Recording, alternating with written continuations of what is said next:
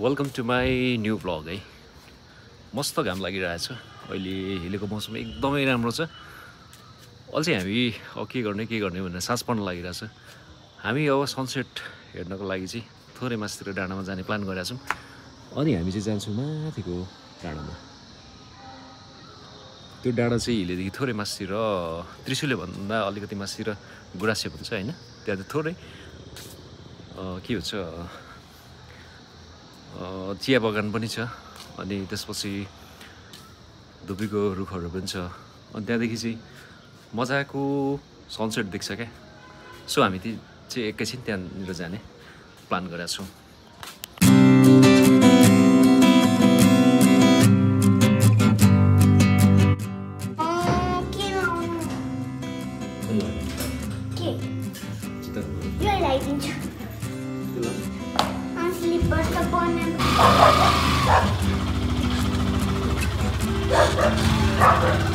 मुन्तिरानी पिङ खेल्न जाऊँ न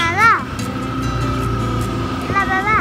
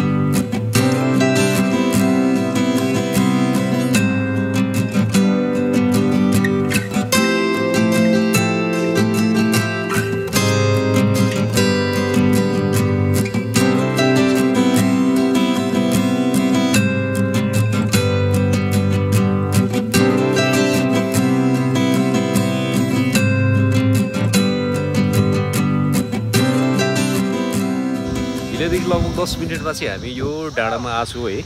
अलिकति थोरै यो यतापट्टि चाहिँ त्यो गहिरोमा त्रिशुले भन्छ।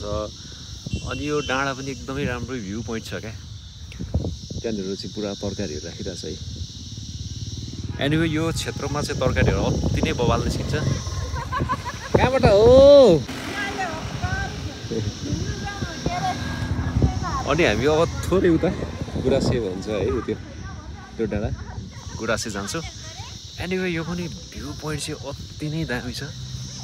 धनकुटा पारीपट्टि राजारानी भेडेटार हिले भ्यू अति नै बवाल भ्यू गर्न सकिन्छ।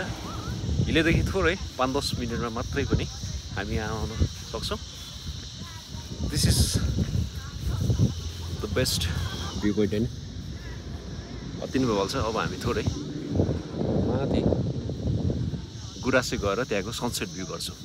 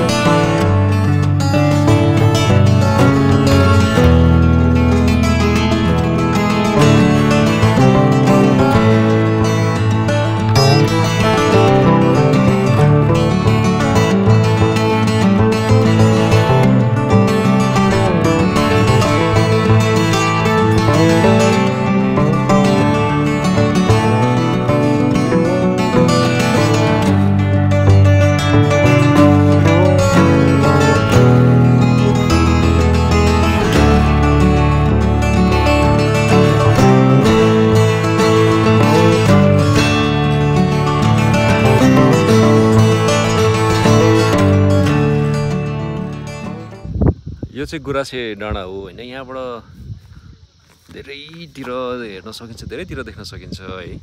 उतापट्टि जोरपाटी बजार छ, त्यहाँदेखि माथि सिलुवा बजार हो। अनि त्यसपछि मलाई लाग्छ यो शुक्रबारे हुनुपर्छ है, सिद्धदेखि उतापट्टिको तेह्रथुम त्यो बजार शुक्रबारे हुनुपर्छ। त्यसपछि यतापट्टिको धनकुटाको भ्यूहरू, यो चाहिँ गुराँसे डाँडा भन्छ। यहाँबाट सनसेट अति नै राम्रो देख्छ होइन। सनसेटको लागि अब एकछिनपछि रेडी हुन्छ, हामी वेटिङ गरिरहेछौँ। त्यतिखेरसम्म चाहिँ हामी एकैछिन यहाँनिर घुम्छौँ डुल्छौँ है। मजाको घरहरू छ।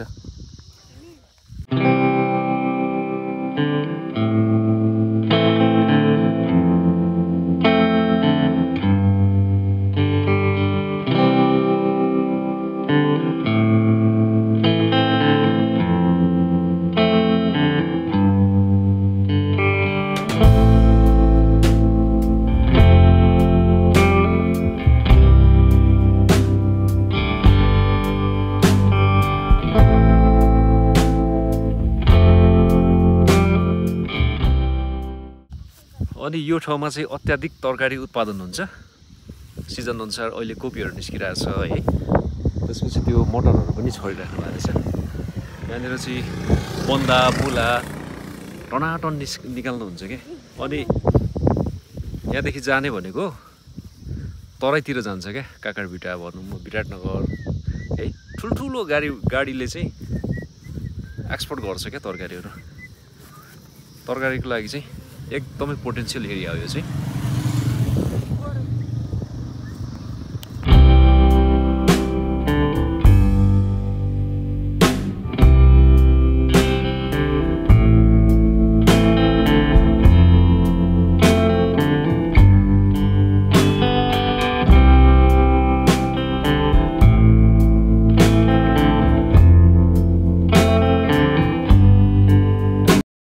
हामी सनसेटको वेटिङमा छौँ है। अलिकति टाइम लाग्ने रहेछ सनसेट हुनलाई।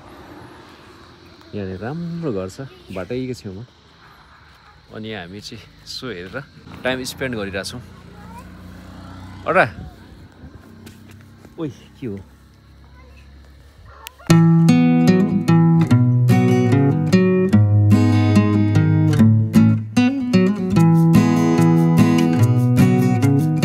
सनसेटको वेट गर्दा गर्दा जाडो भइसक्यो है। कतिखेर सनसेट हुने हामी वेटिङमा छौँ। चिसो भइरहेछ। यहाँबाट चाहिँ सनसेटको भ्यू हेर्न भनेर यहाँ आएको छु। यो गुराँसे हो, धुपीको रुखहरू छ। जो यहाँबाट भ्यू चाहिँ बबालाई देख्छ क्या। सङ्घर्ष भइरहेछ हाम्रो। चिसो चिसो बढाएको छ। कहाँदेखि जान्छ यतै तल है।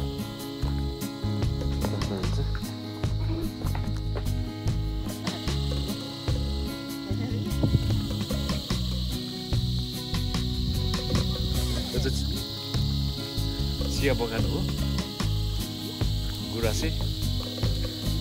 अब यहाँबाट चाहिँ सनसेट चाहिँ अति बवाल देख्छ होला है।